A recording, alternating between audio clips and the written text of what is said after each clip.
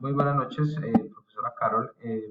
Soy Sergio Andrés Castro López, estudiante de la UMB.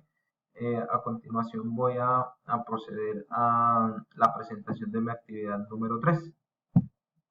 Damos inicio entonces. Bueno, primero vamos a indicar de qué trataba la actividad en este caso. Hablamos de la definición de estadística descriptiva y sus elementos por Sergio Andrés Castro López, estudiante de la UMB. Por acá tenemos la descripción de la actividad, los 4 ítems solicitados dentro de la actividad, ahí los podemos observar. Listo, damos inicio entonces. Como primer punto, tenemos qué es el concepto de estadística. Entonces tenemos algunos conceptos claves que es recolectar, analizar, describir y estudiar una serie de datos. Y como su finalidad tenemos esta que establece, o sea, una de sus finalidades es establecer comparaciones o variables que permitan comprender un fenómeno en particular. Entonces, la estadística se vale principalmente de la observación de datos los cuales posteriormente serán comparados a fin de obtener un resultado concreto, cuantificable. Estamos hablando de investigación cuantitativa. Entonces, iniciamos con estadística descriptiva. También tenemos algunos conceptos claves que son que la estadística descriptiva nos quiere decir que por medio de ella se obtiene, se organiza, se presenta y se describe un conjunto de datos. Entonces, la estadística trata de, como dice su mismo nombre, de describir algo, pero no de describirlo de cualquier forma, ¿no? No de cualquier forma, sino de una manera cuantitativa propiamente. Entonces, habla sobre cómo nosotros sabemos que algo es cuantitativo. Por ejemplo, cuando hablamos de mucho, poco, alto, bajito, por peso, por edad, entonces todas estas variables son cuantificables. Entonces, por ahí ya podemos describir, obtener, organizar, presentar un conjunto de datos. Entonces, es importante, primero que todo, saber que los datos sean cuantificables, cuantitativos. Entonces, cuando hablamos de estadística inferencial, su mismo nombre también nos dice inferir. Entonces, ¿qué entendemos por estadística inferencial? Perdón. Se encarga de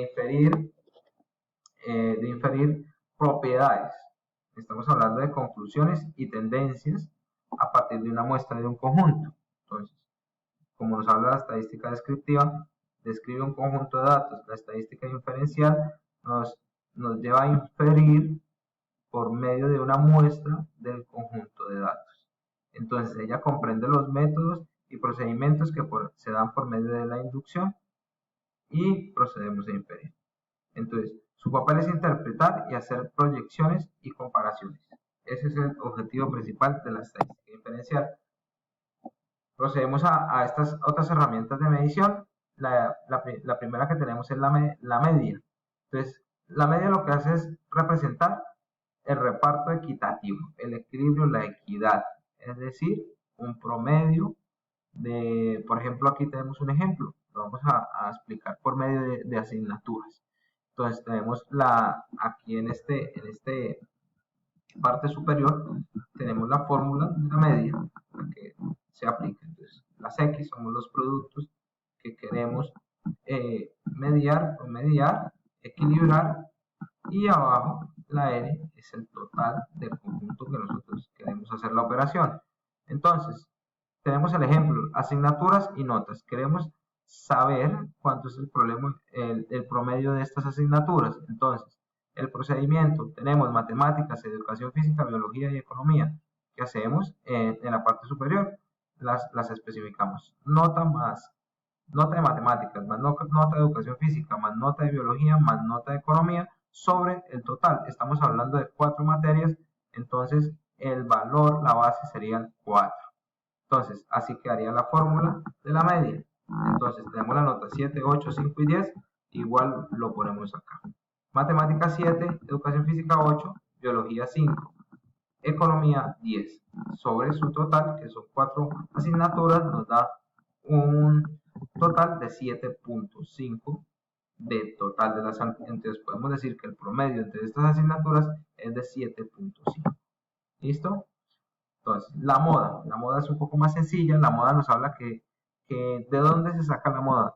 La moda se saca del valor que más se repite o algo que es lo mismo, que es el que tiene mayor frecuencia. Entonces, por ejemplo, tenemos un conjunto de datos.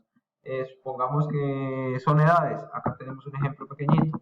Entonces, tenemos edades de los niños de guardería que tienen problemas de aprendizaje. Lo vamos a hacer desde el punto de vista psicológico. Recopilamos las edades 3, 4, 5, 6, 7, 8, 8, 9, 8, 10 y 8. Entonces, esas fueron las edades que se recopilaron. Entonces, ¿cómo hacemos para averiguar la moda? Ya sabemos que la moda es en los números es la que tiene mayor frecuencia. Entonces, identificamos, aquí miramos, entonces, entre esta recopilación de datos, ¿cuál es el que más se nos repite? Podemos ver que el número 8 se nos repite 4 veces. Entonces, como es el de mayor frecuencia, nuestra moda sería niños de 8 años. Perfecto. Proseguimos con la mediana. Entonces, la mediana es el valor que ocupa el lugar central de todos los datos. Es la mediana. Cuando estos están ordenados de mayor a menor, la mediana se representa por M y E. Y medimos. Entonces, la mediana se puede hallar solo para variables cuantitativas. La mediana solo se puede hallar para variables cuantitativas. Entonces, si la serie tiene un número impar de media a la mediana, si la variable tiene un número impar de media a la mediana, es la puntuación central de la misma. O sea que si aquí aproximadamente en la mediana su puntuación central es impar, inmediatamente este mismo número es el mismo, es la puntuación central. Y si la serie tiene un número par de puntuaciones en media, número par, aquí lo estamos observando, es la mediana entre las dos puntuaciones centrales. Entonces, entre estas dos puntuaciones, y tenemos una media que es par, este sería las puntuaciones centrales. Estos dos serían las puntuaciones centrales. Hacemos la operación y promediamos para un igual de 9.5%. De 9.5. Entonces, ahora pasamos a hablar de la varianza. La varianza es una medida de dispersión que representa la variabilidad de una serie de datos respecto a su medida. Entonces tenemos la fórmula, la dispersión, aquí los diferentes significados, qué significa cada uno de ellos. Aquí podemos ver variables son las que se pretende calcular la varianza, x, y observación número y de variable x, y puede tomar valores entre 1 y n número de observaciones, x es la medida de la variable x. ¿Listo? Entonces, cuando hablamos de varianza, podemos decir que formalmente se calcula como la suma de los residuos divididos entre el total de observaciones. Es decir, también se calcula como la desviación típica. Entonces, la unidad de medida de la varianza siempre es la unidad de medida correspondiente a los datos elevada al cuadrado. La varianza siempre es mayor o igual a 0. Entonces, cuando hablamos de los residuos al cuadrado, sigma al cuadrado, es matemáticamente imposible que la varianza salga negativa y de esa manera no puede ser menor a 0. No podemos decir menos 1, ni menos 2, ni menos nada cuando estamos calculando la varianza. ¿Listo? Entonces, por último tenemos desviación estándar. Entonces, la varianza es la desviación estándar al cuadrado.